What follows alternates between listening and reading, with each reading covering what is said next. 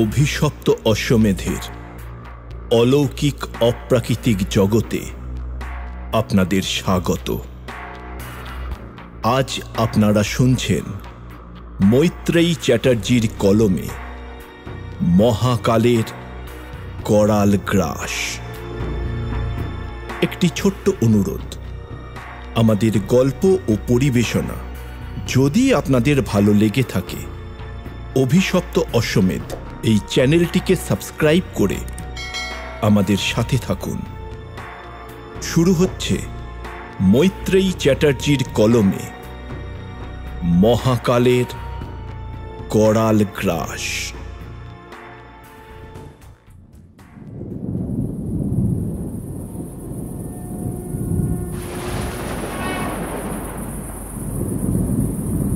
বুঝলে, সেদিন সন্ধেবেলায় তুলসী তলায় প্রদীপ দিয়ে সবে সন্ধাননিকে বসেছি।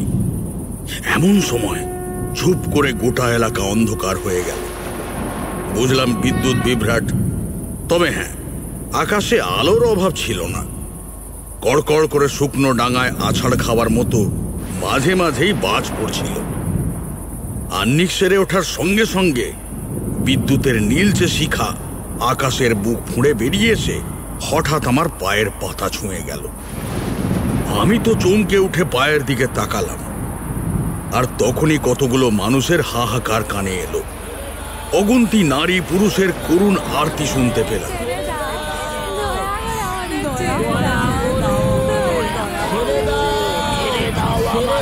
ওই হাহাকার মিশ্রিত শব্দমণ্ডলের ভিতর থেকে টের পেলাম আমার মাথার মধ্যে আরো কতগুলো এলোমেলো শব্দ ঘোরাফেরা করছে।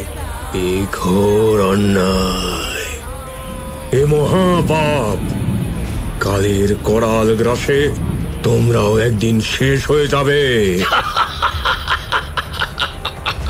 ওদিকে সেই হাহাকার আর্তনাদ ছাপিয়ে নিষ্ঠুর অট্টহাসি ভেসে আসছে, কারো ভয়ঙ্কর ধূর্ত হাসি। ধারালো অস্ত্রে শান দেবার কর্কশ ধাতব আওয়াজ কানে এলো। তলোয়ার চালানোর খচাং খচাং করে বার কয়েক শব্দ হলো। তারপরেই সব চুপচাপ শান্ত হয়ে গেল।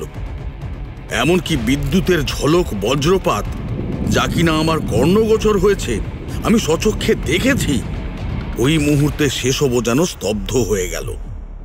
পরিবর্তে উঠোনের মাটিতে কারো দীর্ঘ কালো ছায়া চোখে পড়ল। আমি হতচকিত হয়ে তাকালাম। দেখলাম আকাশের বুকে পা রেখে ঘোর কৃষ্ণ বর্ণের এক অতিকায় অস্পষ্ট মূর্তি দাঁড়িয়ে আছে।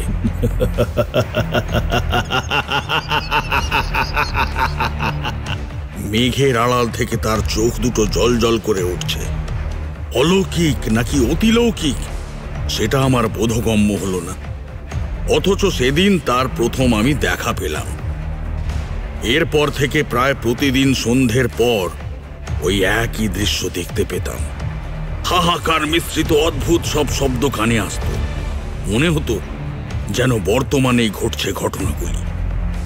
এইভাবে চলতে চলতে একদিন মনে হলো আমি নির্ঘাত বদ্ধ উন্মাদে পরিণত হয়েছি। চোখ বুঝলেই কতগুলো কালো ছায়াকে দেখতে পেতাম, আর আকাশ থেকে গুরুগম্ভীর স্বরে কারো ডাক শুনতে পেতাম। জানালা দিয়ে আকাশের দিকে তাকালে দেখতে পেতাম কেউ যেন আমায় হাতছানি দিয়ে ডাকছে। সে কানের কাছে ফিসফিস করে বলতো, তোর সময় আসন্ন, আয় আয়, চলে আয়। কিন্তু সেই শব্দ লক্ষ্য করে অন্ধকারে হাতড়ে দরজা খুলতেই সেই ডাক যেন অদ্ভুতভাবে মিলিয়ে যেত কোনো গহীন অন্ধকারে।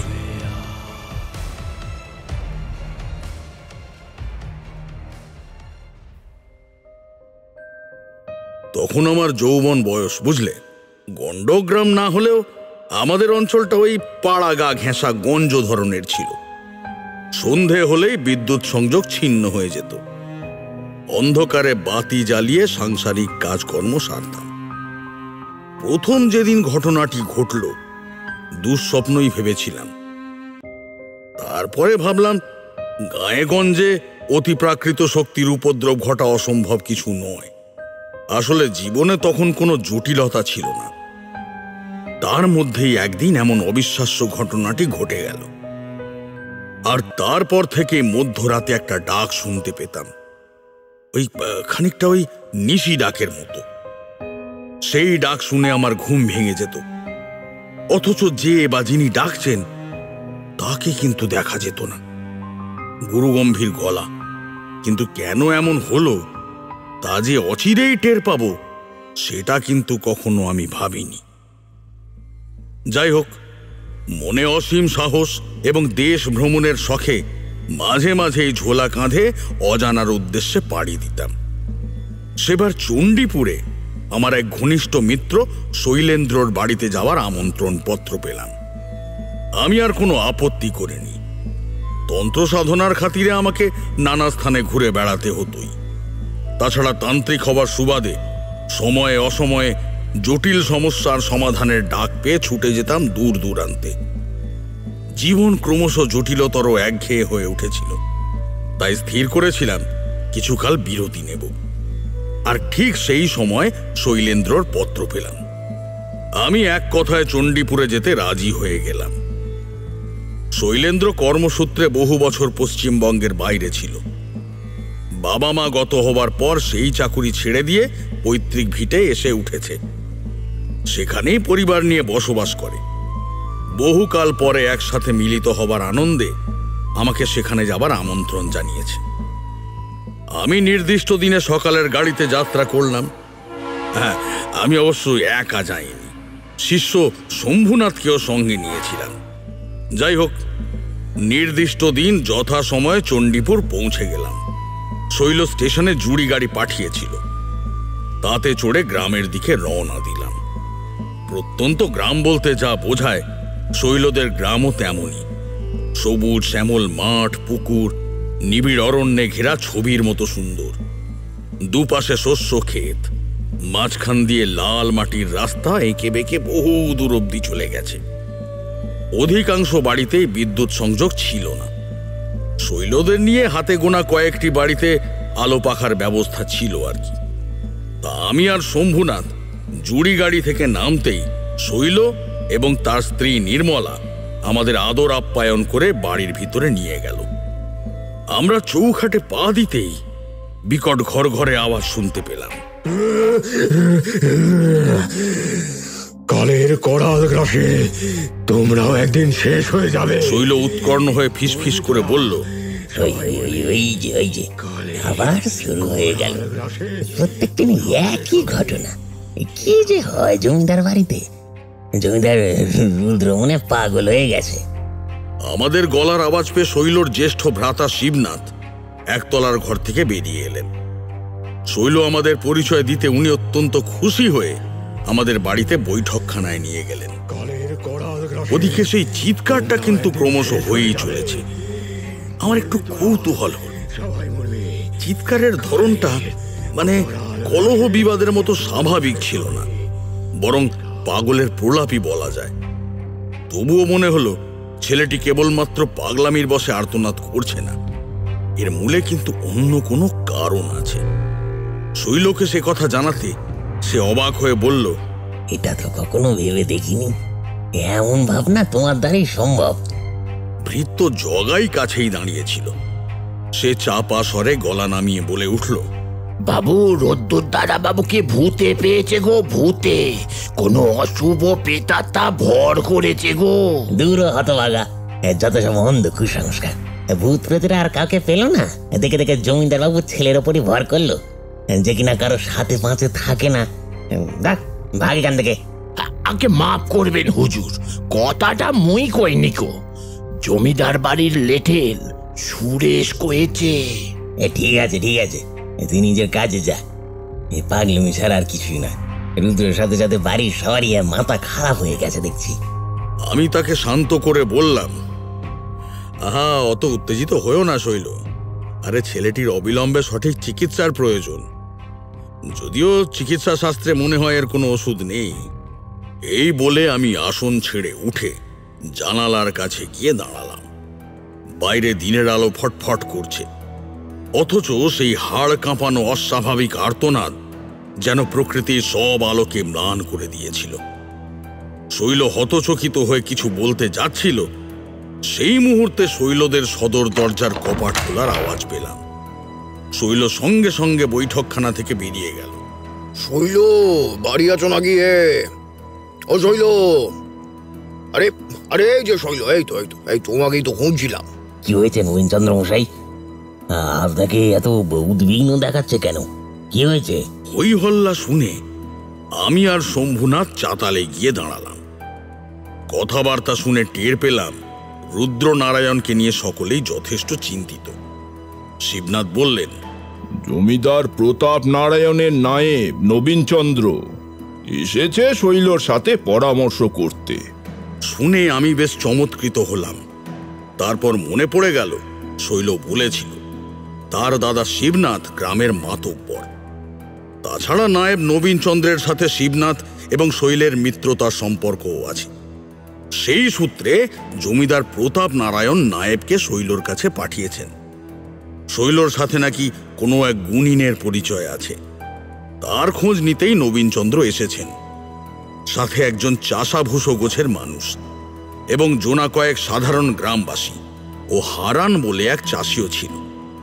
তা শিবনাথের সাথে কিছুক্ষণ বাক্যালাপের পর নবীনচন্দ্র রুদ্রনারায়ণের প্রসঙ্গ টেনে বললেন, শৈল, এই তোমার সেই গুণিন ভাই, কি যেন নাম তার, একবার তাকে খবর দাও হে।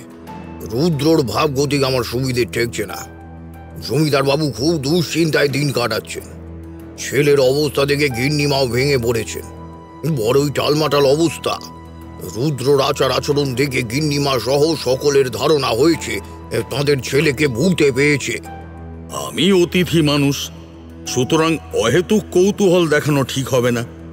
সেইটা ভেবে আমি সমস্যার কথা শুনেও নীরবেই ছিলাম।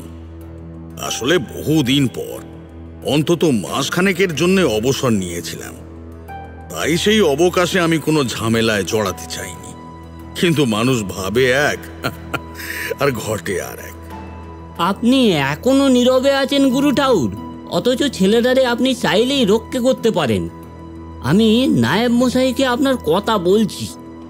আমি শম্ভুকে বাধা দিতে যাব তার আগেই শিবনাথ নবীনচন্দ্রর দৃষ্টি আকর্ষণ করে বলল, বলি, বাড়িতে আচার্য কালী প্রসন্ন মহাশয়ের মতো স্বনামধন্য তন্ত্র সাধক থাকতে ওই সব জানতা ভেদু গুণিনকে ডেকে আনার কোনো মানেই হয় না নবীনচন্দ্র। শিবনাথের কথা শুনে নবীনচন্দ্র বিস্মিত হয়ে আমার দিকে এক দৃষ্টে তাকিয়ে রইলেন। তুমি তো আমার মনের কথা বলে দিলে বদ্দা। কি সৌভাগ্য আমার! আপনার নাম আমি আগেও শৈলর মুখে শুনেছি। এই ঘোর সংকটকালে আপনার সাথে যোগাযোগ হয়ে গেল। ঈশ্বরের অসীম করুণা। একটিবার জমিদার বাড়িতে পায়ের ধুলো দিন, জমিদার বাবু, বড় গিন্নিমা সকলেই চিন্তা মুক্ত বোধ করবেন। এদিকে আমি পড়লাম মহা ফাপড়ে। মুখের ওপরে না বলতেও পারলাম না। তাছাড়া ঝামেলা এড়াতে চাইলেও বিবেকের তাড়নায় নবীনচন্দ্রের একান্ত অনুরোধে শৈল এবং শিবনাথকে সঙ্গে নিয়ে জমিদার বাড়িতে গিয়ে হাজির হলাম। আসার পথে গাছপালার আড়াল থেকে সেই বিশাল জমিদার বাড়ি কিয়দংশ দেখেছিলাম মাত্র। তা শৈলদের বাড়ির খিড়কির দৌড় থেকে জমিদার প্রতাপ নারায়ণের 7 মহলটি ভালোভাবেই চোখে পড়ে। আমরা খিড়কির দৌড় খুলে দুধাপ মাটির সিঁড়ি বেয়ে নিচে নেমে জমিদার বাড়ির দিকে এগিয়ে গেলাম। জমিদার বাড়ির বিশাল উঠোন চত্বরে পৌঁছে দেখি হুলুস্থুলু কাণ্ড শুরু হয়ে গেছে।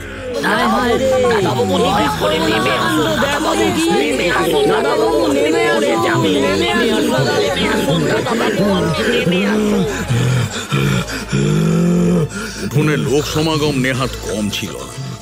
সকলে তটস্থ হয়ে ওপর মহলে চেয়ে আছে। আমরাও সেদিকে তাকালাম। কিন্তু একটা রক্ত জল করা দৃশ্য দেখে বুকের ভিতরটা ধক করে উঠল।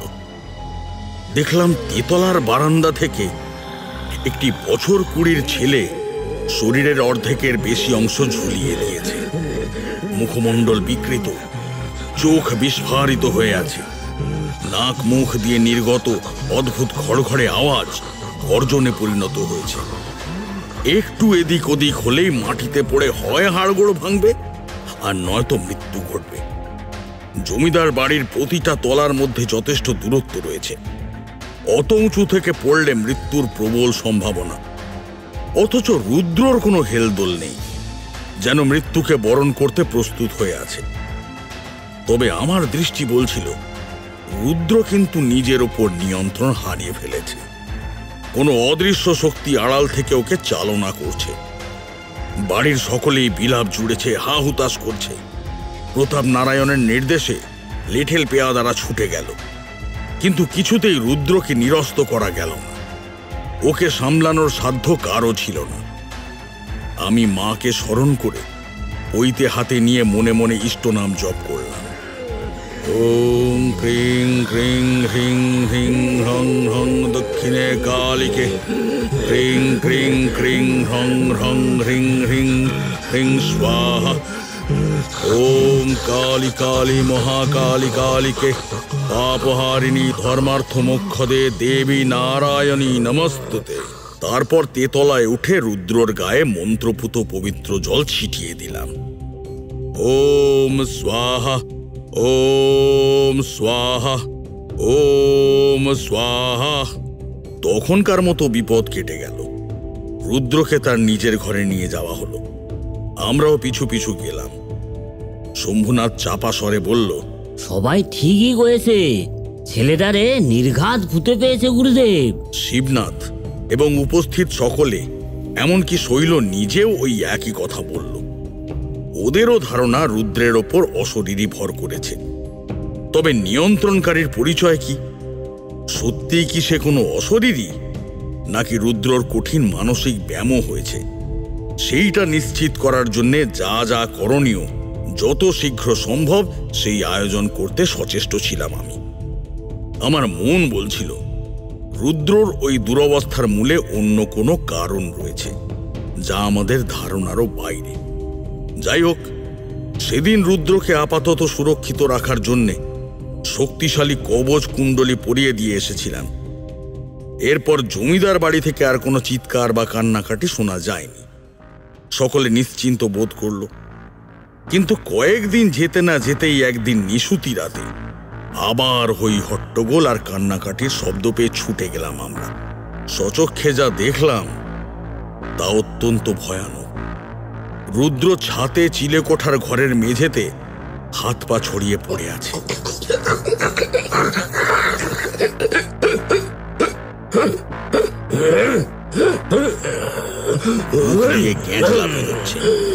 মাঝে মাঝে খিঁচুনি লেগে গোটা শরীরটা লাফিয়ে লাফিয়ে উঠছে। তারপর দাঁত কপাটি লেগে স্থির হয়ে গেল। লক্ষণ দেখে আপাত দৃষ্টিতে মৃগী রোগী মনে হয়, কিন্তু খোঁজ নিয়ে দেখলাম রুদ্রর মৃগী রোগ বা ফিটের ব্যামো এগুলো কোনো কালেই ছিল না।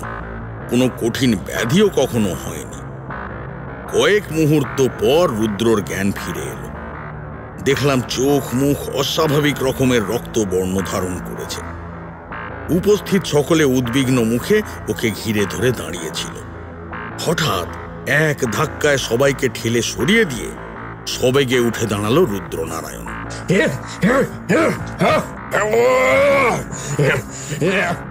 তারপর খুব দ্রুত ছাতের সিঁড়ি বেয়ে ওপরে উঠে গেল। উপর থেকে দুদ্দার দুমদাম শব্দ পেয়ে আমরা উঠে গেলাম। যা সাধারণ মানুষের খালি চোখে দেখা যায় না, মায়ের কৃপায় আমি তা দেখতে পাই বটে।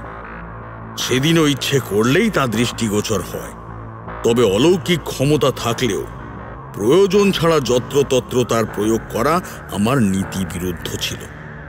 সেদিন রুদ্রর আচরণে যে অসঙ্গতি লক্ষ্য করেছিলাম তা যে কোনো সাধারণ মন্ত্র দ্বারা সমাধান করা যাবে না, সেটা কিন্তু বুঝতে আমার বাকি ছিল না।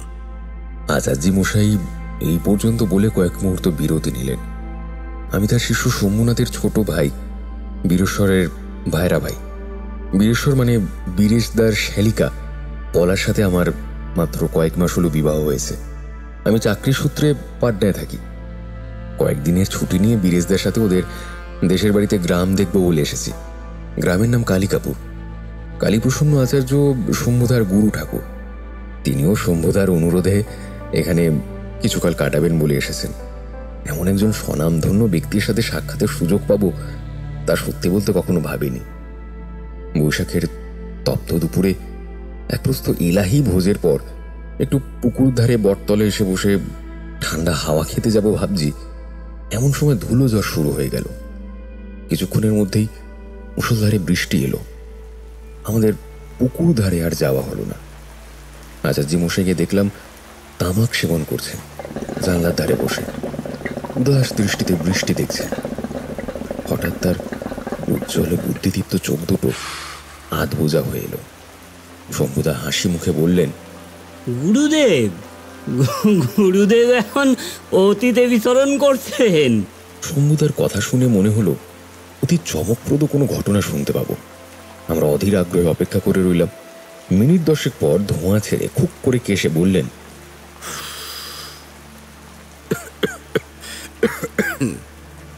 বহুকাল আগে এমন এক বৃষ্টি দিনে আমার একটি ভয়ঙ্কর অভিজ্ঞতা হয়েছিল। বৃষ্টি দেখে সেই ঘটনার কথা মনে পড়ে গেছে। তোমরা আগ্রহ প্রকাশ করলে সেই ঘটনাটি শোনাতে পারি। আমরা তো এক পায়ে খাড়া। বীরেশদা, শম্ভুদা, আমার স্ত্রী সকলে শীতলপাটি বিছিয়ে গুছিয়ে বসলাম। বললাম, সে আর বলতে, আমরা তো শোনার অপেক্ষাতেই প্রস্তুত হয়ে আছি। আপনি শুরু করুন আচার্যি মশাই। গল্পের কিয়দংশ বলার পর খানিক বিরতি নিয়েছেন তিনি।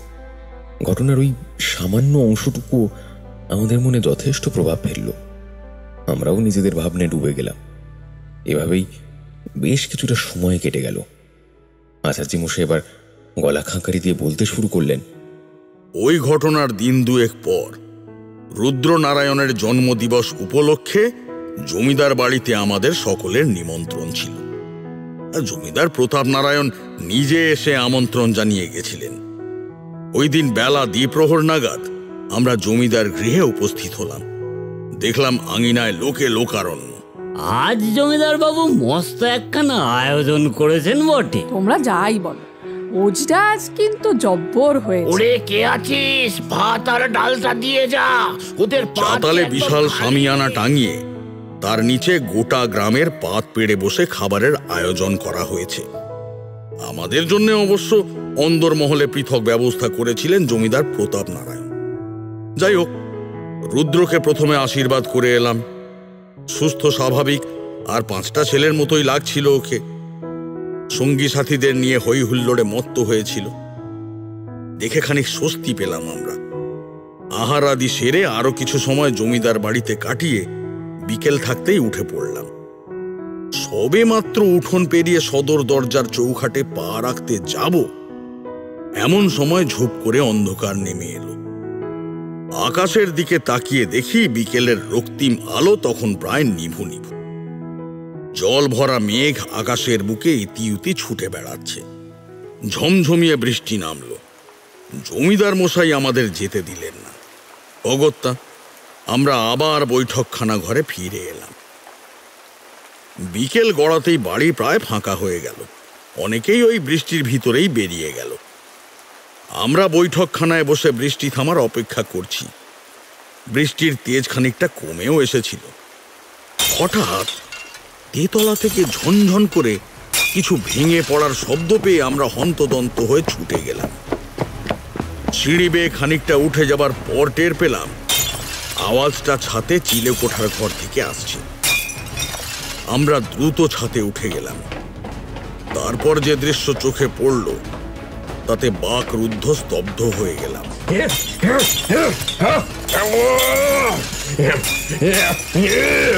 চিলেকোঠার দরজা খোলাই ছিল। আমি দুধাপ সিঁড়িতে উঠে বাইরে থেকে দেখলাম রুদ্র প্রচন্ড ক্ষিপ্রতায় একখানি শক্তপোক্ত লাঠির বাড়ি মেরে চিলেকোঠায় রাখা একটি বেলোয়ারি কাঁচের দামি আয়নাটিকে ভেঙে গুঁড়িয়ে দিচ্ছে। চতুর্দিকে কাঁচের টুকরো ছড়িয়ে ছিটিয়ে রয়েছে। শুধু তাই নয়, কাঁচ ভাঙতে ভাঙতে আয়নার দিকে তাকিয়ে কাকে যেন বলছে, কে কে ওখানে? আয়নায় কাকে দেখা যাচ্ছে? কেউ? ঘটনার আকস্মিকতায় এমনিতেই আমি থবনে গিয়েছিলাম। তার ওপর রুদ্রর মুখে ওই ধরনের কথা শুনে আমি চমকে উঠলাম। বাকিরাও কিংকর্তব্য বিমূঢ় হয়ে দাঁড়িয়েছিল। শেষে আমি গিয়ে ওকে নিরস্ত করলাম। ততক্ষণে প্রতাপ নারায়ণ সহ অনেকেই উঠে এসেছেন। রুদ্রর চোখের তারায় আতঙ্কের ছাপ ফুটে উঠতে দেখলাম।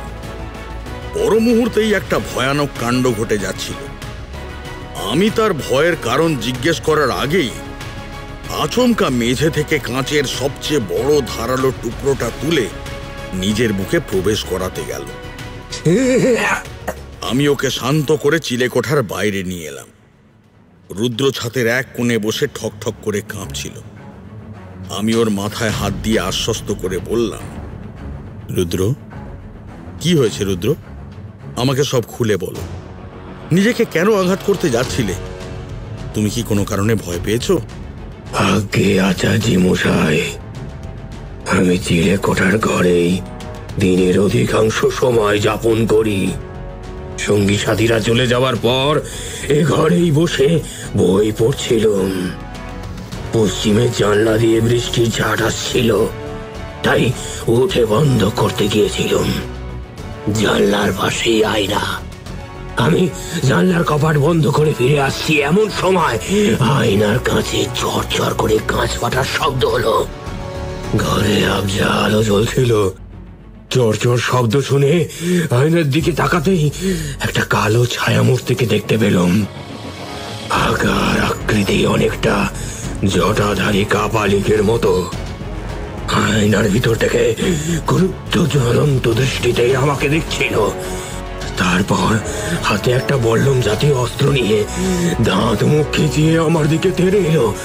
আমি তার ভয়ানক হুঙ্কার শুনেছি। আমার ভয় ধরে গেল। জানলার কোণে রাখা লাঠি দিয়ে আয়নাটা ভেঙে ফেললাম, কিন্তু তাতেও সেই প্রবল হুঙ্কার থামলো না। ভাঙা আয়নার ভেতর দিয়ে গর্জে উঠে বলল,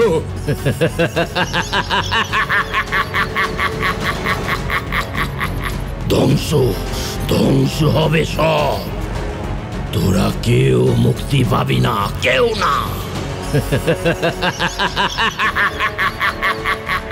আমি ছুটে পালাতে যাচ্ছিলাম, কিন্তু এমন সময় আমার হাত টেনে ধরলো যাতে আমি কাঁচের টুকরোটা নিয়ে আমার বুকে বিঁধিয়ে দিই। বাবা, এ কি ভয়ঙ্কর সর্বনাশ করতে যাচ্ছিলিস? তুই তুই কি বুঝতে পারছিস? হ্যাঁ আচার্য মশাই, এবার এবার আপনি কিছু একটা করুন। হ্যাঁ, কিছু একটা করুন, না হলে এই ছেলেকে যে আমরা আমরা বাঁচাতে পারবো না।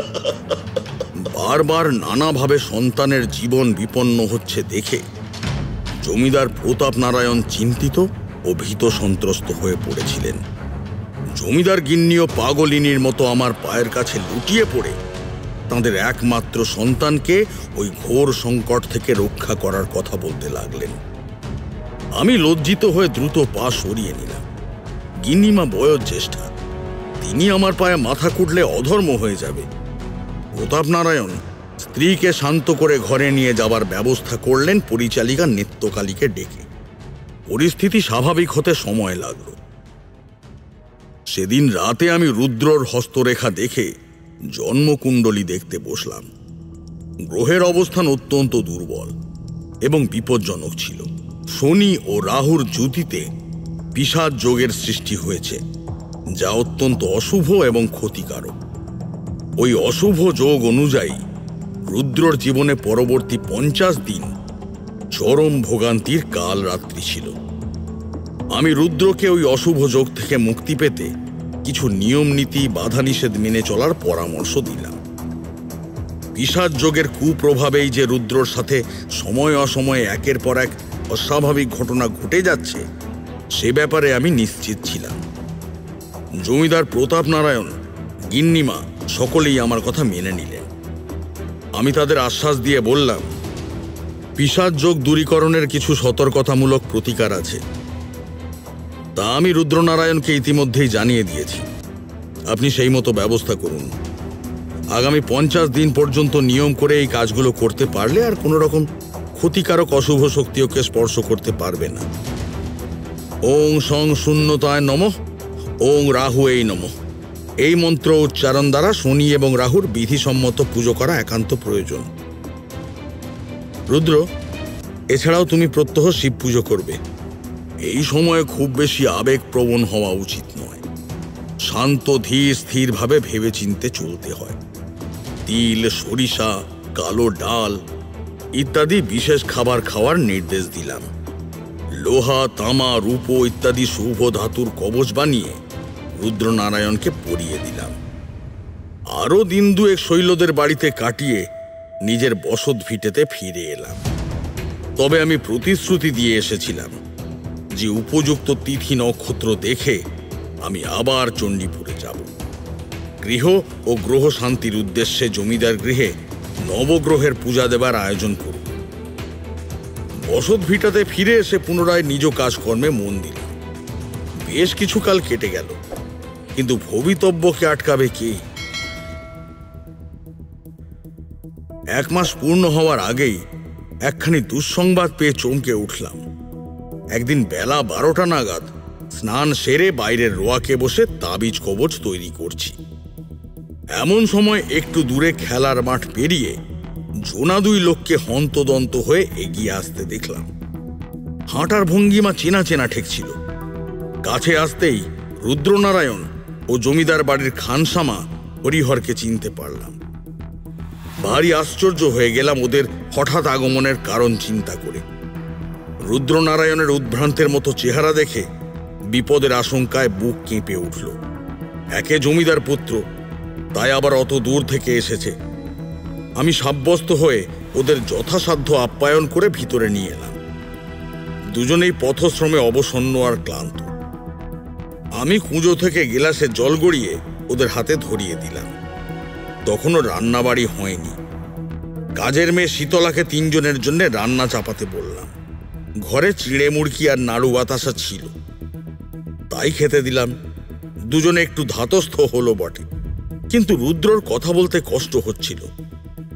খানসামা হরিহর গামছায় চোখ মুছে কাঁদো কাঁদো হয়ে বলল, বড় বাবুকে খুঁজে পাওয়া যাচ্ছে না ঠাউর মশাই।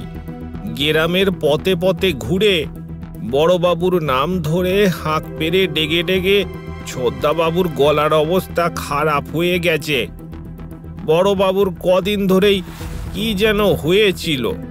কদিন ধরেই কারো সাথেই কথা কইতেন নে, চুপচাপ ঘরের দৌড় দিয়ে হুঁড়কো এঁটে বসে থাকতেন। কেউ ডাকলে সারা পর্যন্ত দিতেন না। ছোদ্দাবাবু পুরোপুরি সুস্থ হবার পর বড় গিন্নিমাকে বাপের ঘরে নিয়ে যেতে তেনার দাদা পালকি নিয়ে এসেছিলেন। নায়েব মশাই অসুস্থ বলে জমি জমা দেখাশোনা করার জন্য ছোদ্দাবাবু গিন্নিমার সাথে তার মামা বাড়িতে যায়নি। গিন্নিমা চলে যাবার পর কিছুদিন সব ঠিকঠাক ছিল। হঠাৎ 1 সপ্তাহ ধরে জমিদার বাবু এমন ব্যবহার করছিলেন, তার মধ্যেই এই কাণ্ড ঘটে গেল। আমার বাবার সন্ধান একমাত্র আপনিই দিতে পারেন ঠাকুর মশাই। বাবা মশাইকে বিপদ থেকে রক্ষা করুন। আমি ভাষা হারিয়ে ফেললাম। এমন একটা দুঃসংবাদ পেয়ে ওই পরিস্থিতিতে কি উত্তর দেব ভেবে পেলাম না। ভাবনা চিন্তা করার জন্য কিছুটা সময় চেয়ে নিলাম রুদ্রনারায়ণের কাছে। সারা রাত ঘুম এলো না। পরের দিন খুব ভোরে উঠে হরিহর আর রুদ্রনারায়ণকে ডেকে বললাম, একটু পরেই চণ্ডীপুরে রওনা দেব, উঠে প্রস্তুত হয়ে নাও তোমরা। ওরা মুখ হাত ধুয়ে দ্রুত তৈরি হয়ে নিল। 8 ঘন্টার মধ্যে প্রস্তুতি নিয়ে আমরা যাত্রা করলাম। 4-5 ঘন্টার রাস্তা দেখতে দেখতে সময় কেটে গেল। পথে তেমন একটা কথাবার্তা হলো না। নায়েব মশাই স্টেশনে গাড়ি পাঠিয়ে দিয়েছিলেন। আমরা গাড়িতে উঠে কিছুক্ষণের মধ্যেই গ্রামে পৌঁছে গেলাম। সে যাত্রা আর শম্ভুকে সাথে নেওয়া হয়নি। যাই হোক, আমরা দুপুরের মধ্যেই চণ্ডীপুরে পৌঁছে গেলাম। আমরা জমিদার বাড়িতে হাজির হতেই নবীনচন্দ্র ব্যস্ত সমস্ত হয়ে ছুটে এলেন। হাঁপাতে হাঁপাতে এসে বললেন, গিন্নিমাকে এখনো খবর দেওয়া হয়নি। ওদিকে তন্ন তন্ন করে গোটা গ্রাম এবং আশেপাশের অঞ্চল তল্লাশি করেও জমিদার বাবুর কোনো খোঁজ পাওয়া যাচ্ছে না। গিন্নিমাকে কিছু না জানানো কি উচিত হচ্ছে রুদ্রনারায়ণ? ভালো মন্দ কিছু একটা যদি ঘটে গিয়ে থাকে, আপনি বলুন আচার্য মশাই, কি করা উচিত? আমার যে মাথা কাজ করছে না, গ্রামবাসীরা এখনো কিছু টের পায়নি। কেউ কোনো কাজে সাক্ষাৎ করতে এলে কয়েকদিনের মধ্যে নৌ সফরে গেছেন বলা ছাড়া আর কোনো উপায় নেই তো। কিন্তু কদিন এই মিথ্যাচারিতা করে কাটানো যায়? আমি নবীনচন্দ্রকে নিরস্ত করে বললাম, না না, এখনই গিন্নিমাকে কিছু জানানোর প্রয়োজন নেই নায়েব মশাই। জানালে বিপদ বাড়বে বই কমবে না। আমি যখন এসেই পড়েছি তখন একটা না একটা ব্যবস্থা হবেই। নবীনচন্দ্র আমার কথা শুনে খানিক শান্ত হলেন। সেই রাতে ঘুমের ঘোরে এক বিচিত্র স্বপ্ন দেখলাম। অমানিসার ঘোর অন্ধকারে গাছপালায় ঠাসা কোনো গভীর অরণ্যের মধ্যে দিয়ে আমি একা হেঁটে চলেছি। কাছেই নিস্তব্ধ শুনশান শ্মশান ঘাট, কেবল একটা মাত্র চিতা জ্বলছে। শ্মশান যাত্রীরা মৃতদেহ ফেলে পালিয়ে গেছে। আমি একা সেই বদ্ধভূমিতে বসে একাগ্র চিত্তে মৃতদেহ ভস্মীভূত হতে দেখছি। আগুনের লেলিহান শিখা বৈশাখী বাতাসে দীর্ঘ থেকে দীর্ঘতর হয়ে দাউ দাউ করে জ্বলছে। এমন সময় শুকনো পাতা মাড়িয়ে মচমচ করে কারো পায়ে হেঁটে আসার শব্দ শুনে একটা পাকুড় গাছের আড়ালে চলে গেলাম। খুলির মালা পরিহিত একটি আবছা নীল বর্ণ উগ্র মূর্তি ধীরে ধীরে প্রকট হল। মণিবিহীন চোখ, ডান দিকের ওপরের হাতে ত্রিশূল, নিচের হাতে চক্র, বাম দিকের ওপরের হাতে কাঁচি, নিচের হাতে মরার খুলি ইত্যাদি নিয়ে দাঁড়িয়ে আছে শ্মশানের মধ্যিখানে। চোখ দুটো অন্ধকারে জ্বলজ্বল করছে। পাশে দাঁড়িয়ে আছে মৃত্যুর প্রতীক তার বাহন, যার অর্ধেক কুকুর অর্ধেক শিয়াল, কৃষ্ণবর্ণের এক নামানুষ ভয়ঙ্কর প্রাণী।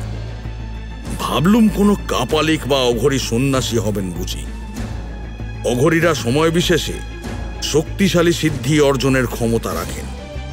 শ্মশানে চিতার শেষকৃত্য করে তারা পঞ্চতত্ত্বের শক্তি গ্রহণ করেন। অলৌকিক ক্ষমতা বলে যচন শক্তির দ্বারা যা ইচ্ছে তাই চাইতে পারেন এবং ইচ্ছামতো কর্ম করতে পারেন। ফলে ঐশ্বরিক রূপ ধারণের ক্ষমতা থাকাও অসম্ভব কিছু নয়। আমি তার সামনে উপস্থিত হয়ে গড় করে বললাম, কে বাবা আপনি? প্রথমে কোনো উত্তর এলো না। দ্বিতীয়বার প্রশ্ন করতেই সেই উগ্র মূর্তি তার বাহন শুদ্ধ অন্ধকারে অদৃশ্য হয়ে গেল।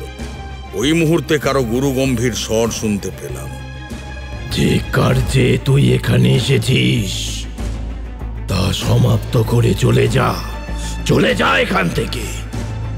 কিন্তু কি কাজে শ্মশানে গিয়েছিলাম, ওই উগ্র মূর্তি কার ছিল, কেন তিনি আমাকে দেখা দিয়ে মিলিয়ে গেলেন, তা কিছুতেই বোধগম্য হল না।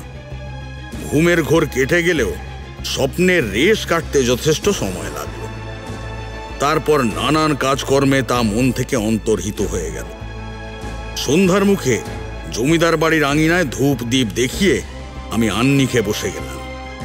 আমি রুদ্রনারায়ণের একান্ত অনুরোধে সেবার জমিদার বাড়িতেই উঠেছিলাম। শৈল আর শিবনাথ প্রতিদিন আমার সাথে সাক্ষাৎ করতে আসত। সেদিন জমিদার বাড়ির ঠাকুর দালানে সন্ধ্যান্নিক সেরে উঠতে যাব। এমন সময় আমার চারপাশে কারো একটা প্রচ্ছন্ন অস্তিত্ব টের পেলাম। সারা শরীরে বিদ্যুৎ খেলে গেল। আমি নিজের অজান্তেই চোখ বুজে দুই ভ্রুর মাঝখানে আঙুল রেখে তৃতীয় চোখের মণি সক্রিয় করে একটি নীল জ্যোতির বলয় দেখতে পেলাম। ধীরে ধীরে সেই বলয়ের মধ্যে স্বপ্নে দেখা উগ্র মূর্তিটি প্রকট হয়ে উঠল। তার সংহার মূর্তি আর প্রলয় নাচন দেখে আমি বড়সড় ধ্বংসের ইঙ্গিত পেলুম। ধীরে ধীরে এক অলৌকিক জগৎ থেকে আমি আবার বাস্তবে ফিরে এলাম। তবে তৃতীয় চোখের মণি সক্রিয় করে আমি আরো অনেক কিছু অবলোকন করেছিলাম, যা ধীরে ধীরে প্রকাশিত। কালক্ষেপ না করে শ্মশান যাত্রার সিদ্ধান্ত নিলাম। তার আগে গাত্রবন্ধনের প্রয়োজনীয়তা ছিল। আমি স্নান সেরে শুদ্ধ বস্ত্রে গৃহদেবতার সামনে উত্তর পূর্বমুখী হয়ে আসনে বসে ঝোলা থেকে প্রয়োজনীয় সামগ্রী বের করে উপাচারের পাত্রে সাজিয়ে দিলাম। অতঃপর আচমন পাত্র থেকে কিছুটা মন্ত্রপুত পবিত্র জল বাঁ হাতের তালুতে রেখে ডান হাতের অনামিকা দ্বারা সেই জল 3 বার মুখে ছিটিয়ে দিলাম। নমো বিষ্ণু, নমো বিষ্ণু, নমো বিষ্ণু। এরপর মন্ত্রপুত জল নিয়ে অনামিকার দ্বারা আসন তুলে তার নিচে মাটিতে একটি ত্রিভুজ অঙ্কন করে পুষ্প হাতে নিয়ে মন্ত্র বলতে লাগলাম। ওম হুম হুম হ্রিং হ্রিং কালিকে ঘোর দ্রংষ্টে প্রচণ্ড চণ্ড নায়কে দানো বানো দারো হয় হয় নমস্বর্ঘ মহাবিঘ্নে ছেদায় ছেদায় স্বাহা হুম ফট ওম। প্রতিবার পাঠের সময় নিজ হৃদয় বা শরীরে ফুঁক দিয়ে মন্ত্রটি পাঠ করে দেহবন্ধন প্রক্রিয়াটি সম্পন্ন করে নিলাম। নিশুতি রাতে ঝোলা কাঁধে নিয়ে সকলের চোখ এড়িয়ে জমিদার বাড়ির খিড়কির দোর খুলে বেরিয়ে শ্মশানের পথে যাত্রা করলাম। রুদ্রনারায়ণ এবং নবীনচন্দ্র অবশ্যই সবই জানত। অন্যান্য সদস্য বা চাকর ভৃত্যদের কাউকে কিছু জানানো হয়নি। তবে শিবনাথ ও শৈলকে আগেই খবর পাঠিয়েছিলাম। ওরা আমার জন্য বটতলায় অপেক্ষা করছিল। আমি ওদের নিয়ে এগিয়ে গেলাম, কিন্তু শ্মশানে যাওয়ার উদ্দেশ্য তখন ওদের কাছে স্পষ্ট ছিল না। ওরা অবশ্যই অহেতুক কোনো প্রশ্ন করে আমাকে বিব্রত করেনি। প্রায় মিনিট 20 হাঁটার পর শ্মশান ঘাটে পৌঁছে গেলাম। শ্মশানের সীমানা ছাড়িয়ে সামনে তাকালে বিস্তীর্ণ এলাকা জুড়ে জঙ্গলাকীর্ণ স্থান চোখে পড়ে। অত রাতে জঙ্গলের ভিতরে আগুনের শিখা দেখে রীতিমতো চমৎকৃত হতে হলো আমাদের। ভালো করে লক্ষ্য করে দেখলাম অগ্নিশিখা নয়, একটি অগ্নি বলয়ের সৃষ্টি হয়েছে। আগুনের ফুলকি উড়ছে বাতাসে। যদিও আমি আগেই আঁচ করেছিলাম এমন ঘটনা ঘটার সম্ভাবনা আছে। আমরা হেঁটে গেলুম সেই অগ্নি বলয় লক্ষ্য করে। কাছে গিয়ে দেখি সামনেই একটা পরিত্যক্ত মন্দির। পটপট শব্দে কাঠের গাঁট পড়ছে ধুনিতে। তান্ত্রিক ক্রিয়ার উপাচার উপকরণ, ফল মূল, মিষ্টান্ন, ভোগ, পূজার সামগ্রী ইত্যাদি ছড়িয়ে ছিটিয়ে রয়েছে চারিদিকে। আশেপাশে কিন্তু কাউকে দেখতে পেলুম না। কার পুজো, কে সেই পূজারী বা সাধক, আর কি উদ্দেশ্যে পূজায় বসেছিলেন তিনি? আসন ছেড়ে গেলেনই বা কোথায়? আমরা তখন অবাক হয়ে তার সন্ধান করছি। এমন সময় কারো ক্ষীণ কণ্ঠে কাতর আবেদন শুনতে পেলাম। কে কে আছো? রক্ষা করো, রক্ষা করো, আমি আমি আমি আমি তলিয়ে যাচ্ছি, মা যাও। মন্দিরের নির্দিষ্ট কোনো কক্ষ থেকে আওয়াজটা ভেসে আমরা শব্দ লক্ষ্য করে সেদিকে ছুটে গেলাম। যাওয়ার পথে মন্দিরের চাতালে হাঁড়ি কাঠের গায়ে রক্ত দেখে আঁতকে উঠল সবাই। পচা আঁশটে গন্ধে গা গুলিয়ে উঠছিল আমাদের। লক্ষ্য করে দেখলাম বড় মন্দিরের চাতালে ওই হাঁড়ি কাঠের অদূরেই কিছু ছিন্ন ভিন্ন রক্তমাখা পোশাক, হাড়গোড় আর দেহাংশ ইত্যাদি পড়ে আছে। দেখেই বোঝা যাচ্ছে কোনো হতভাগ্য বালিকাকে বলি দেওয়া হয়েছে। বলিদানের পর সেই বালিকার দেহ ছিঁড়ে খুঁড়ে খেয়েছে বন্য সাপদের দল। ওই মর্মান্তিক দৃশ্যটা দেখে আমাদের চোখে জল এসে গেল। তবে কাটা মুন্ডুর সন্ধান পাওয়া গেল মূল মন্দিরের গর্ভগৃহে। ওখান থেকেই কারো আর্তনাদ ভেসে আসছিল। গর্ভগৃহের প্রবেশ পথে একটি অতিলৌকিক দৃশ্য দেখে সকলে ঠক ঠক করে কাঁপতে লাগলো। একটি লোক আবক্ষ মাটিতে গেঁথে গেছে, শরীরের বাকি অংশ মাটির নিচে গ্রথিত। লোকটাকে ঘিরে একখানি কাটা মুন্ডু চক্রাকারে আবর্তিত হচ্ছে। গর্ভগৃহের মধ্যিখানে দণ্ডায়মান কাল ভৈরবের প্রচণ্ড ভয়ঙ্কর কালো প্রস্তর নির্মিত উগ্রমূর্তি, যার তৃতীয় চক্ষু থেকে অনর্গল রোষানল নির্গত হচ্ছে। মাথার পিছনে অগ্নি বলয়, ধুনিতে কাঠের গাঁট পুড়ছে, সামনে যজ্ঞবেদী, আগুনের ফুলকি উড়ছে। কক্ষের বাইরে জাফরি কাটা জানালা দিয়ে, যা আমাদের আগেই চোখে পড়েছিল, লোকটির মুখ ক্ষতবিক্ষত থেতলে গিয়েছে, তাই শনাক্ত করাই দায় হলো। তারপর যা দেখেছিলাম সেটা সত্যিই অতীব ভয়ানক। এই পর্যন্ত বলে আচার্যি মশাই গল্প থামিয়ে সমুদাকে হুঁকো সাজিয়ে দিতে বললেন। আমাকে টিকে সাজানোই ছিল, হুঁকো নিয়ে বসলেন। এদিকে আমাদের আর তস হয়েছিল না। খানিকক্ষণ হুঁকো টেনে গুরুক গুরুক আওয়াজ তুলে ধোঁয়া টেনে আমাদের দিকে তাকিয়ে হাসি মুখে বললেন, তোমাদের ধৈর্যের বাঁধ ভেঙেছে জানি, আর অপেক্ষায় রাখা ঠিক হবে না। এরপর কি হলো শুনো তবে। আমরা হাজার চেষ্টা করেও লোকটিকে উদ্ধার করতে পারিনি। সেই কাটা মুন্ডুর ঘেরাটোপ থেকে তাকে উদ্ধার করা সত্যি অসাধ্য ছিল। আমি মায়ের কৃপায় অলৌকিক ক্ষমতা প্রাপ্ত হয়েছিলাম। তা প্রয়োগের যে সঠিক সময় উপস্থিত হয়েছে তা দিব্য দর্শনের দ্বারা উপলব্ধি করেছি ওই মুহূর্তে। সুদূর অতীতে রাজা প্রদ্যুৎ নারায়ণ স্বপ্নাদেশ পেয়ে ওই মন্দির নির্মাণ করে কাল ভৈরবের প্রস্তর মূর্তি প্রতিষ্ঠা করেছিলেন শ্মশানের পার্শ্ববর্তী জঙ্গলে। তিনি একাধারে রাজা ছিলেন এবং একজন সৎ অঘরী তান্ত্রিক। কারো ক্ষতি সাধনের জন্য নিকৃষ্ট সাধনা থেকে তিনি বিরত থাকতেন, যা অন্যান্য অঘরীদের স্বভাব বিরুদ্ধ ছিল। কাল ভৈরব তার সাধনায় সন্তুষ্ট হয়ে বরদান করেছিলেন এবং স্বপ্নে মন্দির নির্মাণের আদেশ দিয়েছিলেন। তাঁর মৃত্যুর পর উত্তরসূরিরা কাল ভৈরবের পূজা ও সাধনা বংশ পরম্পরায় অক্ষুণ্ণ রেখেছিলেন। তবে নারায়ণ বংশের অপর এক যোগ্য উত্তরাধিকারী প্রদ্যুম্ন নারায়ণ গত হবার পর যোগ্য সাধকের অভাবে মন্দির বন্ধ হয়ে যায়। প্রদ্যুম্ন নারায়ণ নাকি নিঃসন্তান ছিলেন, তবে আসল ঘটনা ছিল অন্যরকম। ওখান থেকেই ইতিহাসের শুরু। রাজা প্রদ্যুম্ন নারায়ণের সাথে তার স্ত্রী কাদম্বিনীর বনিবনা ছিল না। কাদম্বিনী ছিলেন অত্যন্ত ধূর্ত, কুটিলা আর ক্ষমতালোভী নারী। রাজার সমস্ত ক্ষমতা কুক্ষিগত করে সিংহাসনে রাজমাতা হয়ে বসার তালে ছিলেন তিনি। ক্ষমতার লোভে সন্তান পর্যন্ত আসতে দেননি। রাজার সাথে গ্রামেরই এক গরিব চাষি পরিবারের মেয়ে কমলার সাথে গোপন সম্পর্ক গড়ে ওঠে। সন্তান সম্ভবা হলে রাজা তাকে বিবাহ করে প্রাসাদে নিয়ে আসেন। কাদম্বিনীর তা সহ্য হয় না। সন্তানের জন্ম দিতে গিয়ে কমলা মারা যায়। আসলে প্রসবের পর মুহূর্তেই রানীমা নিজে আঁতুড় ঘরে ঢুকে কমলার গলা টিপে হত্যা করেছিল। রাজা তা টের পাননি। রটিয়ে দেওয়া হয়েছিল সন্তানের জন্ম দিতে গিয়ে অতিরিক্ত রক্তপাতে কমলার মৃত্যু হয়েছে।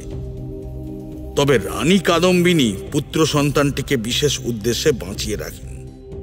রাজপুত্র যখন 13 বছরের বালক, সেই সময় এক অঘরী তান্ত্রিকের দ্বারা মারণ উচাটন করে প্রদ্যুম্ন নারায়ণকে হত্যা করা হয় এবং রাজপুত্র প্রদীপ্ত নারায়ণকে রাতের অন্ধকারে অচৈতন্য অবস্থায় ওই অঘরীর হাতে তুলে দেওয়া হয়। অঘরী অমরত্ব লাভের আশায় রাজপুত্রকে হাঁড়ি কাঠে চড়ায় কাল ভৈরবকে নিবেদনের উদ্দেশ্যে। ফলে পূজায় ঘোর অনাচার সৃষ্টি হয়। বলি দেবার মুহূর্তে কাল ভৈরব রাজপুত্রকে রক্ষা করেন এবং ওই অঘরের মুণ্ডচ্ছেদ করে নিজের ডান হস্তে ধারণ করেন। নায়েব যখন হন্যে হয়ে প্রদীপ্তর সন্ধান করছেন, এমন সময় সে রাজপ্রাসাদে ফিরে যায় এবং সত্য প্রকাশ করে। নায়েবের আদেশে রানীমাকে জনসমক্ষে শুলে চড়ানো হয়। প্রদীপ্ত নারায়ণ 21 বছর বয়সে রাজসিংহাসনে বসেন। তার আমলে ফের কাল ভৈরবের বিধিসম্মত পূজা শুরু হয়। কিন্তু প্রদীপ্তর পুত্র উদ্দীপ্ত নারায়ণ এবং পৌত্র উদয় নারায়ণ উভয়েই ঘোর নাস্তিক ছিলেন। তাঁদের আমলে কাল ভৈরবের পূজা পুরোপুরি বন্ধ হয়ে যায় এবং পোড়ো মন্দিরে পরিণত হয়। সময়ের সাথে সাথে রাজশাসন বিলুপ্ত হয়ে জমিদারি প্রথা চালু হয়। বর্তমানে উদয় নারায়ণের পুত্র প্রতাপ নারায়ণ গোপনে সব সাধনা করেন এবং কাল ভৈরবের পূজা শুরু করেছিলেন। সাধনায় সিদ্ধি লাভ করে শ্রেষ্ঠ সাধকের আসন গ্রহণ করাই ছিল জমিদার প্রতাপ নারায়ণের প্রধান উদ্দেশ্য। পুত্র রুদ্রনাথকে সঙ্গে নিয়ে তিনি নিজ গৃহকোণে কাল ভৈরবের পূজা শুরু করেন। এক অমানিসার সন্ধ্যায় পূজা চলাকালীন রুদ্রনারায়ণ ক্রুদ্ধ হয়ে অসন্তোষ প্রকাশ করে বলেন, বাবা মশাই, পূজা করার শ্রেষ্ঠ সময় হল বাবা ভৈরবের জন্মজয়ন্তী মার্গশীর্ষ মাসের কৃষ্ণপক্ষের অষ্টমী তিথি যোগ। এমনকি আজ মাসিক কালাষ্টমী তিথি পর্যন্ত নয়। অহংকারের বশে দীর্ঘলক্ষণ তিথি উপেক্ষা করে ঘোর অনাচার করেছেন। এ পূজা বিধিসম্মত নয়। তাছাড়া পূজার নিয়মাচার তথা উপাচার সামগ্রীও যথেষ্ট ত্রুটিপূর্ণ। জুঁই ফুল এবং মূর্তিতে রৌপ্য নির্মিত খুলির মাথা ছাড়া পূজা অসম্পূর্ণ হবে। বলির উপকরণে আটা নির্মিত সরিষা তেলের প্রদীপ, মাসকলাই, দই, কালো তিল, পান পাতা থাকা অত্যন্ত আবশ্যক, অথচ বলির কোনো ব্যবস্থাই করেননি দেখছি। এসব আয়োজন ছাড়া আপনি কেবল ফল মিষ্টান্ন দিয়ে কাল ভৈরবের পূজা করতে পারেন না। তিনি আপনার এ পূজা গ্রহণ করবেন না। মূর্খ! কোন ডাকরা বলে যে আমি ভৈরবের পূজায় বলির আয়োজন করিনি? হ্যাঁ, নাট মন্দিরে দেখে এসো গে। ওদিকে তো তোমার আর পা পড়ে না দেখি। যাও, দেখে এসো গিয়ে। প্রতাপ নারায়ণের কথা সম্পূর্ণ হওয়ার আগেই রুদ্রনারায়ণ ছুটে গেলেন নাট মন্দিরে। শেষ ধাপে পা দিতেই একটা দৃশ্য দেখে মাথা ঘুরে পড়ে গেল। নাট মন্দিরের মধ্যিখানে একখানি হাঁড়ি কাঠ নির্মাণ করা হয়েছে, যেখানে সদ্য বলি দেওয়া হয়েছে এক ষোড়শী কন্যাকে। চারিদিকে রক্তের স্রোত বয়ে যাচ্ছে। কাটা মুন্ডুটিকে একটা স্বর্ণ পাত্রে বসিয়ে আজ্ঞাবাহী অনুচর সুদামকে কাল ভৈরবের মূর্তির পাদদেশে রেখে আসার নির্দেশ দিলেন নিষ্ঠুর জমিদার প্রতাপ নারায়ণ। সুদাম, ওই সদ্য ছিন্ন মস্তক দেবমূর্তির পাদদেশে স্থাপন করো। ধড়টি কিছুক্ষণ কাটা পাঁঠার মতো ছটফট করতে করতে স্থির হয়ে গেল। রুদ্রনারায়ণের যখন জ্ঞান ফিরে এলো, ততক্ষণে প্রতাপ নারায়ণের পূজার কাজ সম্পন্ন হয়ে গেছে। পূজার শেষে কপালে নরবলির রক্ত তিলক এঁকে সেই রক্ত পান করে হাসতে হাসতে স্বৈরাচারী প্রতাপ নারায়ণ বলে উঠলেন, আমি ত্রিকালজ্ঞ, আমি অমর, আমি দুর্দমনীয়, এ জগতের অধীশ্বর আমি। এরপর থেকেই রুদ্রনারায়ণের জীবনে এক ভয়ঙ্কর অভিশাপ নেমে আসে। জীবন দুর্বিষহ হয়ে ওঠে। পিতার ভুলের মাসুল রুদ্রনারায়ণকেই দিতে হয়। কাল ভৈরবের রোষে রুদ্রর আচরণে অস্বাভাবিক পরিবর্তন ঘটে যায়। তবে রুদ্রনারায়ণ কিছুকাল চরম ভোগান্তির পর দুর্দশা থেকে মুক্তিপ্রাপ্ত হলেও কাল ভৈরবের রোষের হাত থেকে নিস্তার পাওয়া অত সহজ ছিল না। শুনেছিলাম প্রতাপ নারায়ণের অনেক শত্রু ছিল। এদের মধ্যে ব্যবসায়িক শত্রুর সংখ্যাই বেশি।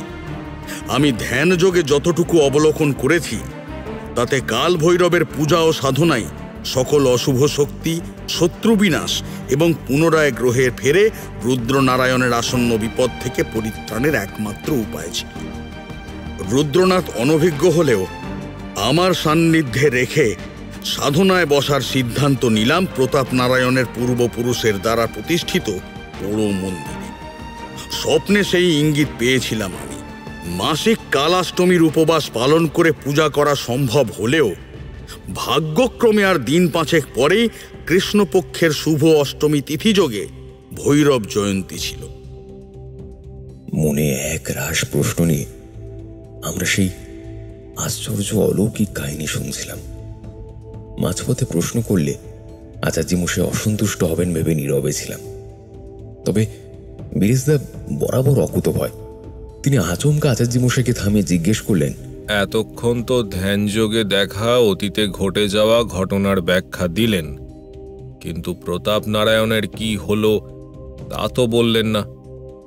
ওনার সন্ধান পাওয়া গেছিল? তাছাড়া যে লোকটিকে আপনারা কাল ভৈরবের মন্দিরের মাটিতে দেখেছিলেন তার কি হলো? তার অমন দশা হলো কি করে? গিন্নি এসে ইতিমধ্যে চা আর মুড়ি মাখা দিয়ে গেল। আমরা গুছিয়ে বসলাম। আচার্য মশাই চায়ের পেয়ালায় চুমুক দিয়ে বললেন,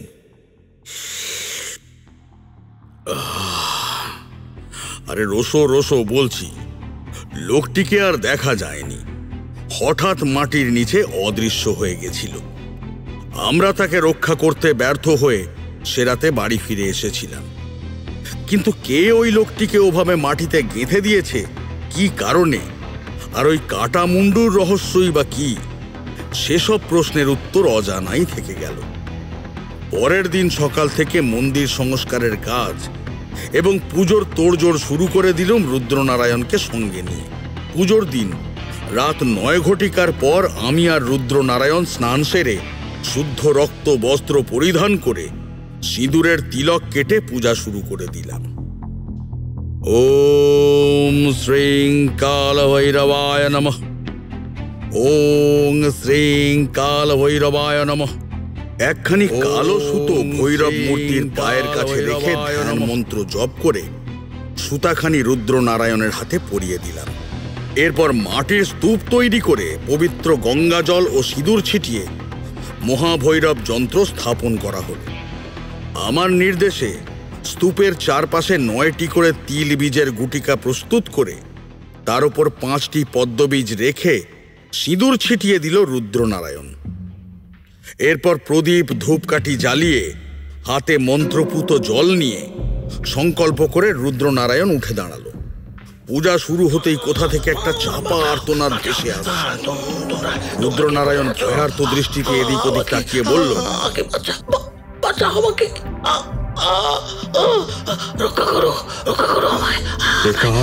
ঠাকুর মশাই, গলাটা কেমন চেনা চেনা ঠেকাচ্ছে। তবে মুখে কথা বললেও মনটা কিন্তু খচখচ করছিল। বাবা ভৈরবের মূর্তি কল্পনা করে আমি উপাচার পাত্র সাজিয়ে পুজোয় বসে গেলাম। রুদ্রনারায়ণ ক্ষমা প্রার্থনা করে নিবিষ্ট মনে উপাচার পাত্রে সরিষা ও কালো তিল মিশিয়ে মন্ত্রোচ্চারণ করতে লাগলো। কালায় অধিয়া ধীমহি ওম কালা কালায় বিদ্যামহে কাল থেতায় ধীমহি তন্নো কাল ভৈরব। 108 বার ওই ভৈরব মন্ত্রটি জপ করে মিশ্রণটিকে শত্রুনাশক গুটিকায় নিবেদন করে আরতি সম্পূর্ণ করল। অবশেষে মহাভৈরব যন্ত্র, শত্রুনাশক গুটিকা ইত্যাদি ত্যাগ করে অবশিষ্ট উপাদান মাটিতে পুঁতে দিল। অতঃপর গ্রহবিঘ্ন, অশুভ শক্তি ইত্যাদি নাশের উদ্দেশ্যে মহাবিকরল ভৈরব সাধনায় উপবিষ্ট হলুম উভয়। বিকারল ভৈরব গুটিকা এবং নারিকেল রেখে দক্ষিণ হস্তের মুঠিতে সরিষা দানা নিয়ে মন্ত্রোচ্চারণ শুরু হল। নির্দিষ্ট মন্ত্র পাঠ করে উপাদানগুলির চারপাশে সরিষার দানা নিবেদন করা হল। সব শেষে কালী ভৈরব শক্তি মালার সাথে মন্ত্রোচ্চারণ করা হল। ওম ব্রম ব্রম হুং বিকাল ভৈরবে ব্রম ব্রম হুং হুং ফট।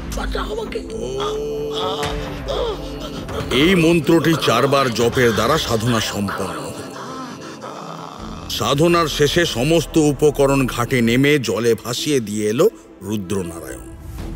চাপা আর্তনাদটা কিন্তু তখনও থামেনি, বরং আরো স্পষ্ট হয়ে উঠেছে। এমনটা যে ঘটতে পারে আগেই টের পেয়েছিলাম। আমার ধারণা যে সঠিক তা প্রমাণিত হতে বেশি সময় লাগলো না। রুদ্রনারায়ণ ঘাট থেকে উঠে ফের মন্দিরে প্রবেশ করা মাত্র ঘড় ঘড় শব্দে গুপ্ত কক্ষের মাটি দুভাগ হয়ে গেল।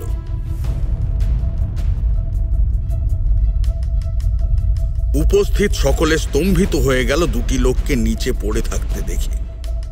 তাদের একজন ছিল সেই লোকটি যে মাটির নিচে অদৃশ্য হয়ে গেছিল। সেদিন তার মুখমণ্ডল যেমন বিকৃত ছিল, তেমনি গলার স্বরেও বিভৎসতা ছিল, ফলে তাকে শনাক্ত করা সম্ভব হয়নি। কিন্তু ভৈরব সাধনার রাতে তাকে দেখে করুণাই হয়েছিল। লোকটি আর কেউ নয়, স্বয়ং প্রতাপ নারায়ণ। আমি আগেই দিব্য দর্শনে যা দেখার দেখে নিয়েছিলাম, কিন্তু তখনও সত্য প্রকাশের সময় আসেনি, তাই তা গোপন করেছিলাম। পূজায় ঘোর অনাচারের ফলে রুদ্রনারায়ণের জীবনে অভিশাপ নেমে এলেও প্রতি মাসে কালাষ্টমীর উপবাস পালন করে নিজ হাতে কাল ভৈরবের পূজা শুরু করেছিল রুদ্রনারায়ণ। আমি তো নিমিত্ত মাত্র। আমি আমার সাধ্যমতো রুদ্রনারায়ণকে রক্ষা করার চেষ্টা করেছিলাম কেবলমাত্র। আসলে সবই ভগবানের লীলা খেলা। তিনি যে কখন কার সহায় হন আর কখন কাকে কৃপা থেকে বঞ্চিত করেন তা বোঝা আমাদের পক্ষে সম্ভব নয়। স্বয়ং কাল ভৈরব রুদ্রনারায়ণের উপবাসে সন্তুষ্ট হয়ে ওকে সেই নরক যন্ত্রণা থেকে মুক্তি দিয়েছিলেন, এবং তার আদেশেই রুদ্রনারায়ণের হাতে পোড়া মন্দিরে পুজোর সূচনা হয়েছিল। সবাই ফ্যাল ফ্যাল করে চেয়ে রইল আচার্য মশাইয়ের মুখের দিকে। আমি আর থাকতে না পেরে বলেই ফেললাম, অতদিন পরে ভৈরব মন্দিরে লোকটির আর্তনাদ শুনতে পেলেন কি করে? সে তো 5-6 দিন আগেই মাটির নিচে অদৃশ্য হয়ে গেছিল। ওই ঘটনার কতদিন পর আপনি আর রুদ্রনারায়ণ কালভৈরবের পুজো করেছিলেন। কেউ কি এতদিন মাটির তলায় বেঁচে থাকতে পারে নাকি? ও অদ্ভুত, নির্ঘাত ভূত দেখেছিলেন আপনারা। না হে রমেশ ভায়া, ভূত নয়, জল জ্যান্ত মানুষটাকেই দেখেছিলাম আমরা। আসলে লোকটি ছিল মহাধূর্ত। সে নিজে অজ্ঞানী হলেও তার এক পরিচিত তান্ত্রিক ছিল যে গুপ্ত চর্চায় পারদর্শী ছিল। সে রাতে ওই তান্ত্রিক এক হতভাগ্য লোককে হত্যা করে সব সাধনার জন্য শ্মশানের জঙ্গলে নিয়ে আসে। লোকটির মুখমণ্ডল বিকৃত ছিল। তার আগে আবার কোনো এক হতভাগিনীকে নরবলি দিয়েছিল ওরা। আমাদের আসতে দেখে প্রতাপ নারায়ণ ভয় পেয়ে যায়। তান্ত্রিক ভৈরনাথ তার বিশেষ ক্ষমতা প্রয়োগ করে ওই মৃত লোকটিকে মাটির নিচে আবক্ষ পুঁতে দিয়ে নরবলির কর্তৃত মুন্ডুকে চালনা করে এবং প্রতাপ নারায়ণকে বলে মাটির ঢিবির আড়ালে লুকিয়ে থেকে বিকৃত কণ্ঠে আর্তনাদ করতে, যাতে আমরা ওই অতিলৌকিক কাণ্ড দেখে ভয়ে পালিয়ে যাই। আমিও প্রথমে বিষয়টা ধরতে পারিনি। লোকটি বিপদে পড়েছে ভেবে রক্ষা করতে গেলুম, কিন্তু ওই মুহূর্তে তৃতীয় চক্ষু উন্মোচিত হল এবং আমি সব দেখতে পেলুম। সঙ্গে শিবনাথ এবং শৈল ছিল। ওদের জীবন নিয়ে টানাটানি হোক তার কাম্য ছিল না। অতঃপর আমি ব্যর্থ হবার ভান করে ওদের নিয়ে ফিরে আসি। এর ফল যে কি মারাত্মক হতে পারে প্রতাপ নারায়ণ বা ভৈরনাথ কেউই সেদিন তা টের পায়নি। কেবলমাত্র আমিই জানতুম কি হতে চলেছে। ওরা ওই পোড়ো মন্দিরকেই সমস্ত অপকর্মের আখড়া বানিয়েছিল, কিন্তু নিয়তিকে কখনো খণ্ডানো যায় না। মন্দির সংস্কারের সময় এক অতিলৌকিক ঘটনা ঘটে যায়। প্রতাপ নারায়ণ এবং তান্ত্রিক ভৈরনাথ বহু অসহায় মানুষের প্রাণ নিয়েছিল। ওই সকল মৃত আত্মারাই মন্দিরের গোপন সুড়ঙ্গে ওদের বন্দি করে রাখে। কাল ভৈরব সাধনা সম্পন্ন হওয়ার পর ঘাট থেকে ফিরে রুদ্রনারায়ণ সংহার মূর্তি ধারণ করে তলোয়ার নিয়ে সেই সুড়ঙ্গে প্রবেশ করে। অর্ধমৃত প্রতাপ নারায়ণ রুদ্রকে দেখে ধুঁকতে ধুঁকতে ক্ষমা প্রার্থনা করে। আমায় ক্ষমা করো রুদ্র, আমি আর কখনো এমন গরিত কাজ করব না। লোভের বশবর্তী হয়ে আমি একের পর এক ঘৃণ্য অপরাধ করেছি। ঘৃণ্য অপরাধ করেছি।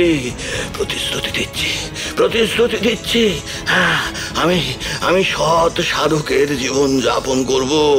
আমি সন্ন্যাস নেব। আমাকে ক্ষমা করো রুদ্র, আমাকে ক্ষমা করো। কিন্তু রুদ্রনারায়ণ তার কোনো কথায় কর্ণপাত না করে সুড়ঙ্গের মাটি খুঁড়ে প্রতাপ নারায়ণকে আবক্ষ পুঁতে দেয়। কিন্তু তলোয়ার উঁচিয়ে কোপ মারার মুহূর্তে স্বয়ং কাল ভৈরব এসে দর্শন দিলেন। তার তৃতীয় নেত্র থেকে অবিরাম রোষের আগুন ঝরে পড়ছে। রুদ্রনারায়ণের হাত থেকে তরোয়ারি নিয়ে প্রতাপ এবং ভৈরনাথের শিরচ্ছেদ করে নিজ হস্তে ধারণ করলেন। অতঃপর গ্রামবাসীদের জীবনে শান্তি ফিরে এলো। আমরা আর কিছু বলার ভাষা খুঁজে পেলাম না। বাইরে তখনও ঝিরিঝিরি বৃষ্টি পড়ছে। আচার্য মশাই জানলার দিকে উদাস দৃষ্টিতে তাকিয়ে বললেন, নিয়তি বড় বালাই জানো তো হে। সাময়িকভাবে হয়তো আটকানো যায়, কিন্তু কখনো খণ্ডানো যায় না। প্রতাপ নারায়ণ অসৎ অঘরী কেউই মহাকালের করাল গ্রাস থেকে রক্ষা পায়নি। স্বয়ং মহাকাল আমায় বারবার ইঙ্গিত দিয়েছিলেন। অজস্র মানুষের হাহাকার, কান্না, অভিসম্পাতের কথা সর্বদা আমার কানে বাজত। মহাকালের আহ্বানে দ্বিতীয়বার চণ্ডীপুরে পদার্পণ করা মাত্র প্রমাণ পেলাম যা দেখেছি দুঃস্বপ্ন নয়, তা ঘোর বাস্তব ছিল।